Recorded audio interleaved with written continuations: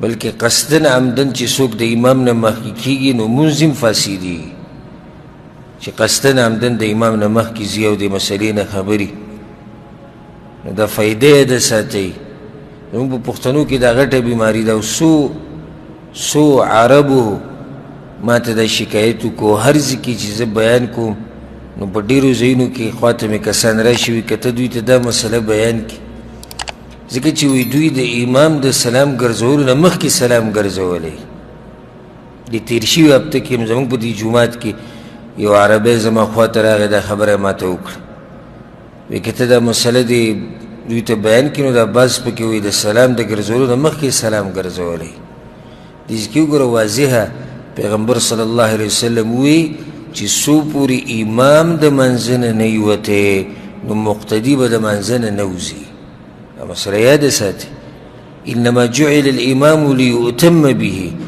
امام خو جوړ شوی دی دپاره دی چې د هغه تابعداري دې وشي امام دې دپاره دی امام دې دپاره نه چې ته ترې مخکې کېږه امام د تابعدارۍ دپاره دی او تابعداري څه ته وایي چې نه به د امام نه مخکې کېږي او نه به د امام سره یو ځای کارونه کې او نه به د امام نه ډېر شاته کېږي بلکې چې امام یو کار وکړي بس بیا به ته سم دس هغه کار کوې دې ته وایي تابعداري د امام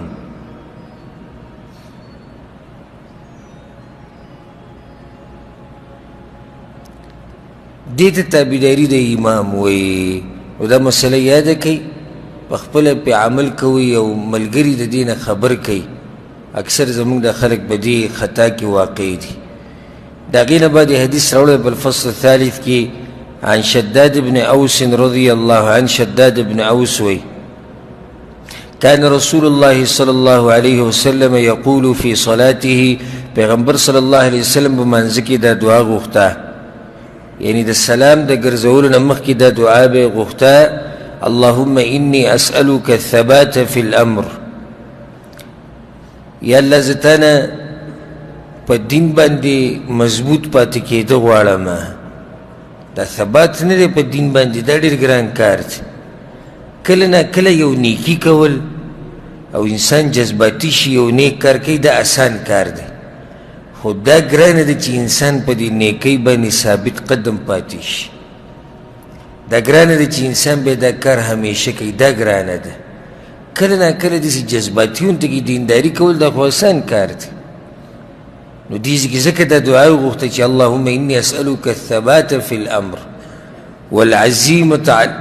والعزيمة على الرشد او یا الله تانه د نیغې لارې د قسط سوال کومه چې نیغه لار راته وښیې وأسألك شکر نعمتک او یا الله ستا د نعمتونو شکر ادا کول د نه غواړم ما له توفیق راکړي چې ستا د نعمتونو شکر ادا کړم وحسن عبادتک او یا الله توفیق راکړي چې ستا ښایسته عبادت وکړم وأسألك قلبا سلیما او یا الله زه تانه روغ زړه غواړم ولسانا صادقا او رښتینې ژبه درنه غواړم وأسألك من خیر ما تعلم یا الله هغه خیر درنه ټول غواړم چې تا ته معلوم دی وأعوذ بك من شر ما تعلم او یا الله تا پورې پناه نیسم د هر هغه شر نه چې تا ته معلوم دی وأستغفرك لما تعلم او د هغه ګناهونو بخانه درنه غواړم چې تا ته معلومې دی او ما ته نه دی معلومې د حدیث امام نسائی راوړی دی امام احمد بن حنبل هم دغه شان حدیث راوړی نو دا دعا یاد کوي اللهم إني أسألك الثبات في الأمر والعزيمة على الرشد وأسألك شكر نعمتك وحسن عبادتك وأسألك قلبا سليما ولسانا صادقا وأسألك من خير ما تعلم وأعوذ بك من شر ما تعلم وأستغفرك لما تعلم داسې دعا ده چې دې ته جوامع الکلم وایي جوامع الکلم هر خبره پکې دننه راله نو دا دعاګانې پیدا کوي او واورئ او زده کوي یاد یې کوي په معنی باندې ځان پوه کړي د هغې نه بعد حدیث راوړی دی وعن جابر رضی الله عنه حدیث دی كان رسول الله صلى الله عليه وسلم يقول في صلاته بعد التشهد پیغمبر صلی الله علیه وسلم په منځ کې دا وی تشهد نه بعد احسن الكلام كلام الله وأحسن الهدي هدي محمد صلى الله عليه وسلم رواه النسائي. خیسته خبری په خبرو کې هغه د الله خبرې دي. وأحسن الهدي هدي محمد، او په لارو کې خیسته لار هغه د محمد صلی الله علیه وسلم لار ده. د علماو د دې حدیث مبارک کې یو څو رای دي. یو رای دا ده لکه شیخ البانی رحمه الله او داسې بعض نور علما وی اصل کې دلته دا خو په خطبه کې ویل کېږي دا خبره، نو منځه سره دې څه تعلق دی؟ نو وی چې راوي نه دی پوه شوی او دی په منځه کې راوړو. حالانکې بعد تشهد ټکی راغلی دی چې کله به پیغمبر صلی الله علیه وسلم خطبه کوله او په خطبه کې به دا وی چې اشهد ان لا اله الا الله واشهد ان محمدا عبده ورسوله، بیا به په دې خطبه کې وی چې احسن الكلام كلام الله واحسن الهدي هدي محمد. خو نور علماو پرې رد کړی دی چې نه، دا خبره څنګه چې دی راوي کړې ده چې په منځه کې به یې وي، نو دا هم د منځه دپاره دعا ده، دا دعا هم د منځه ده. نو بیا به یو سړی وي چې دې کې د دعا څه دي؟ دا خو یې خبره وکړه چې ښه لار هغه د پیغمبر لار ده او ښایسته خبرې د الله خبرې دي. د دې څه مطلب شو؟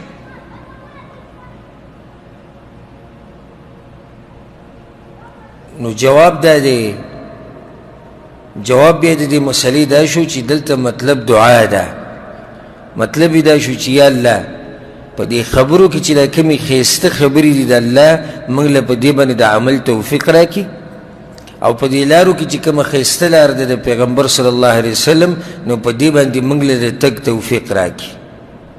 دا یې مطلب شو. وعن عائشة رضي الله عنها، عائشة رضي الله عنها وكان النبي صلى الله عليه وسلم يسلم في الصلاة تسليما. پیغمبر صلی الله علیه وسلم بکلنا کله مانځنه چې وتون یو سلام به ګرځو. د یو سلام د ګرځولو طریقه ما ذکر کړې وه. څه طریقه ده؟ معمولی به دا مخ ښی طرف ته راوګرځي، نور مخ به دې سیده تلقاء وجهه، دا مخ چې به کوم طرف ته هغه طرف ته به سلام ګرځو. ثم يميل الى الشق الايمن، معمولی به دې ښی طرف ته داسې لږ دا مخ به کوږ کو. رواه الترمذي، دا حدیث امام ترمذي رحمه الله راوړی. د سلام د ګرځولو ما یو څو طریقې ذکر کړې وې که نه؟ چاته یې دي؟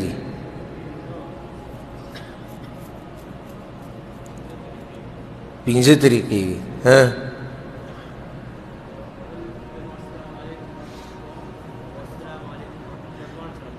دوانو طرفونو ته السلام علیکم ورحمة الله.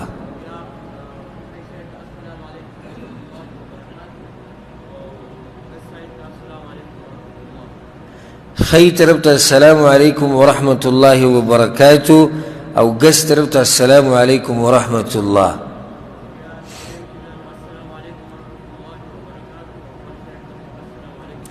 او درېمه طریقه دا ده چې طرفینو ته السلام علیکم ورحمة الله وبرکاته.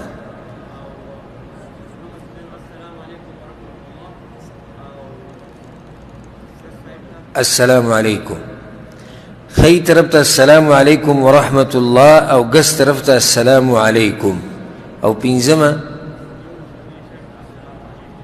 پنځمه طریقه دا ده طرفینو ته السلام علیکم، دوانو طرفونو ته السلام علیکم السلام علیکم. او شپږمه طریقه دا ده چې کله نا کله، او ما تاسو ته تفصیل ذکر کړو چې بعض علما دې طریقه باندې عمل نه کولو قایل دي، خو د هغوی خبره کمزورې ده. حدیثونو کې راغلي ده او صحیح حدیثونه دي. نو کله نا کله به پیغمبر صلی الله علیه وسلم یو سلام ګرځو تلقاء وجهه، دا مخ به هم دقه شان کم طرف ته چې ووبه، خو معمولی به د ښی طرف ته کوږ کو. یو طریقه دا ده. وعن سمرة رضي الله عنه، سمرة بن جندب رضي الله عنه وی چې امرنا رسول الله صلى الله عليه وسلم ان نرد على الامام. پیغمبر صلی الله علیه وسلم موږ ته امر کړی چې تاسو به د امام د سلام جواب ورکوئ. کله چې امام سلام ګرځوي که نه د مانځه نه وځي، نو تاسو به د هغه د سلام جواب ورکوئ. ونتحاب، او پیغمبر صلی الله علیه وسلم موږ ته امر کړی چې د یو بل سره به محبت کوئ. وان یسلم بعضنا علی بعض، او په موږ کې بعض به په بعضو باندې سلام اچوي. رواه ابو داود، د حدیث ابو داود رحمه الله راوړی دی او سند یې کمزوری. سوال دا دی چې د امام د سلام جواب به څنګه ورکړي؟ نو دلته مطلب دا دی چې کله ته سلام ګرځې نو دا نیت به وکړي چې دا د امام د سلام جواب دی. خو هغه څنګه تفصیلي به حدیث علماو ذکر کړی چې کله ته په د امام ښی طرف ته ناستې نو ته چې سلام ګرځې ښی طرف ته نو مقتدیان او ستا هغه ملګري راځي او ګس طرف ته امام راځي، ستا په ګس طرف امام دی. نو دا ګس طرف ته چې کله سلام ګرځې نو په دې کې به دا نیت ساتي چې دا سلام د امام د سلام جواب دی. او ښی طرف ته چې سلام ګرځې نو به دا نیت ساته چې دا په دې مقتدیانو او په دې ملګرو باندې دا سلام دی. او که چېرته ته د امام ګس طرف ته ناستې، که چېرته ته د امام ګس طرف ته ناستې نو بیا به چې ته اولنی سلام ګرځې نو د هغې سره به دا نیت کوې چې دا د امام د سلام جواب دی. ولې؟ ځکه چې اولنی سلام چې ته ګرځې ستا مخ د امام طرف ته ځي، او په دې دویم سلام کې به دا نیت ساتي چې دا د عامو خلکو ته دی یا د مقتدیان یا د لمونځ کوونکي چې دي. د هغې نه بعد باب راوړی د یو څو حدیثونه خو هغه تېر شوي باب کې پاتې شوي. د هغې نه بعد باب راوړی دی باب الذکر بعد الصلاه، باب په بیان د هغه اذکارو کې چې هغه د منځه نه بعد دي. باب په بیان د هغه اذکارو کې چې هغه د منځه نه بعد دي. د فرض منځه نه بعد اذکار دي. دا خبره یاد ساتي چې د اذکار د فرض منځه نه بعد دي، د سنتو نه بعد نه دي. دا د فرض منځه نه بعد دي. نو کله چې انسان سلام وګرځي، تېر شوي باب کې د سلام مسله تفصیلا تېره شوه، کمې دعاګانې به وی هغه موږ تفصیلا ذکر کړې وي، نن پکې یو دعا دوه ذکر شوې. اوس مسله دا ده چې کله ته سلام وګرځې نو کم ذکر به کوې او څنګه به یې کوې او کم ټیم کې به یې کوې او څومره به یې کوې، اهم باب دی. او دا هغه مسایل دي، بیا یې ویمه دا هغه مسایل دي چې زمونږ پښتانه د دې مسلو نه ډېر لرې دي، بلکې زمونږ معاشره، زمونږ قوم او زمونږ ملک کې د دې اذکارو څه ترتیب نشتی.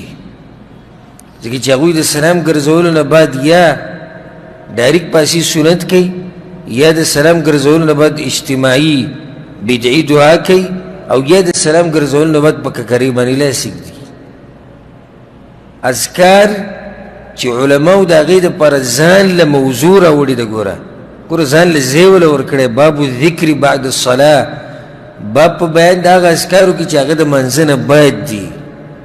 مطلب دا چې دا مسله اهمه ده. که الفصل الاول کې اولنی حدیث راوړی عن ابن عباس رضی الله عنهما، د عبدالله ابن عباس رضی الله عنهما روایت ته وی كنت اعرف انقضاء صلاة النبي صلى الله عليه وسلم بالتكبير، ما ته پته لګېده چې د پیغمبر صلی الله علیه وسلم مونځ ختم شو، دا به په تکبیر سره ما ته پته لګېده، الله اکبر سره. متفق علیه، دا حدیث په صحیح بخاري صحیح مسلم کې دی. دلته یو څو مسلې دي. اولنی مسله، عبدالله ابن عباس رضی الله عنهما کشرو، یا خو به دی کله نا کله منزل راتو، کله نا کله به نه راتو، ځکه چې مونځ پې لازم نه و، نو کور یې نږدې و. مطلب دا دی چې کله به سلام وګرځېدو الله اکبر به وویلی شو، ما ته به کور کې پته ولګېده چې مونځ څه شو، مونځ ختم شو. او یا دې کشرو نو د جومات په آخرني صف کې به ولاړو، نو هلته به ورته د تکبیر د اواز ورسېدو، نو د پیغمبر اواز به نه اورېدو. د ګباو کې خو سپیکرې نه وي، خو چې کله به صحابه کرامو په زور الله اکبر وویل، دې ته به پته ولګېده چې مونځ څه شو، مونځ ختم شو. بیا دلته د علماو اختلاف دی چې د الله اکبر څه مطلب دی، تکبیر څه مطلب دی. نو بعضو علماو خو واضح ویلي وي تکبیر مطلب الله اکبر دی.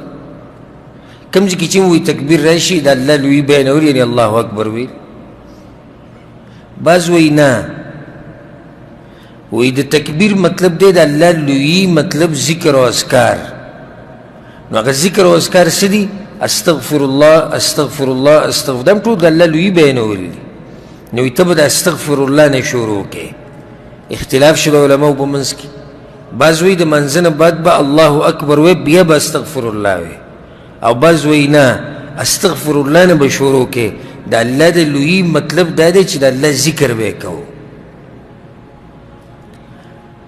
او که موږ د دواړه حدیثونه جمع کړو عمل پرې وکړو نو هغه به ډېره غوره وي.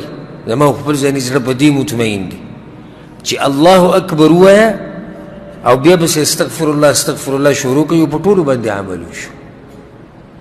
او داسې داسې مسله نه ده چې موږ په یو بل ته ګمراه وایو. لکه اوس دلته د سعودي عرب د علماو د ټولو دا رایه ده چې مونځ ختم شي نو ته به اذکار د استغفر الله نه شروع کوې. الله اکبر پکې نشتی. تکبیر مطلب دا دی یعنې د الله ذکر کول. زمونږ په ملک کې بعض علما وایي ته به د استغفر الله نه شروع کوې، بعض وایي نه د تکبیر مطلب دی الله اکبر. نو که چېرته الله اکبر وویلی شي او بیا پسې استغفر الله استغفر الله ویلی کېږي نو په دواړو حدیثونو باندې عمل لاغی. تکبیر هم وشو او بل د الله ذکر پکې هم دی. نو د الله اکبر هم د الله ذکر دی. الله اکبر خو د الله ذکر دی که بیا پسې استغفر الله استغفر الله وایي. په دې زما زړه مطمئن دی. دا ما خپله یو خبره وکړه. نور که څوک د هغه علماو په دلایلو باندې مطمئني، کوم علما چې وایي چې د اذکار به د استغفر الله نه شروع کې په هغې د عمل کوي، دا داسې اختلافي مسله نه ده چې موږ پکې یو بل ته بدعتي ووایو او یا یو بل پسې بدې ردي ووایو. ورسېدی بګر. درېیمه مسله دلته بله ده. د دې نه دا واضح شو چې د مانځه نه بعد چې دا کوم ذکر دی دا به په زوره ویلی کېږي. څنګه؟ ځکه چې عبدالله ابن عباس وایي ما ته به پته لګېده د مانځه د ختمېدو په دې ذکر سره. نو که چېرته دا ذکر په ارام وی او پټ وی نو بیا خو عبدالله ابن عباس ته پته نه لګېده. خیال هم دی دې خبرې ته؟ هغه ته پته به دې ولګېده چې دا ذکر په زوره و الله اکبر استغفر الله استغفر الله استغفر. او په دې باندې د عرب عمل کوي او زموږ په ملکونو کې به سلفیان اهل حدیث عمل کوي. د هغوی جوماتونو ته چې ورشي چې سلام وګرځي یو کړنګه جوړه شي جومات کې. دا ذکر کې به چغې نه وي، دومره په تیزه به یې کوي چې ستا د خوا و شا د ملګري دوی اوري. خو چې کله ټول جومات یې داسې کوي نو بیا په جومات کې یو اواز جوړ شي او ډېر ښایسته اواز. نو دلته زموږ دا کوم وروڼه چې د دې مسلې نه دي خبر، نو اوس په دغه جومات کې چې د سلام وګرځي ټول غلي ناستي، د دې طریقې نه خبر نه دي. نو سنت طریقه دا ده چې دا ذکر دا په جهر سره دی. صحیح ده بعض دا وایي د الله ذکر چې دی دا په پټه دی چې په پټه یې ښه ده. موږ وایو دا صحیح دی، دا اصل دا دی چې د الله ذکر دا په پټه دی. خو کوم ځای کې چې شریعت ویلي چې دلته په زوره دی نو هلته بیا څه دی؟ هلته بیا په زوره دی. هلته بیا په زور غوره، هلته بیا د خپل عقل نه استعماله چې یاره دلته خو اصل دا دی چې دا خو په پټه غوره. په پټه غوره دی صحیح ده، شریعت موږ ته ویلي چې اصل دی چې ذکر به په پټه کې. خو چې کوم ځای کې شریعت نه ثابت وي او شریعت موږ ته ویلي چې دا ذکر به په زوره کې نو هلته بیا موږ ذکر هلته بیا په زوره کوو.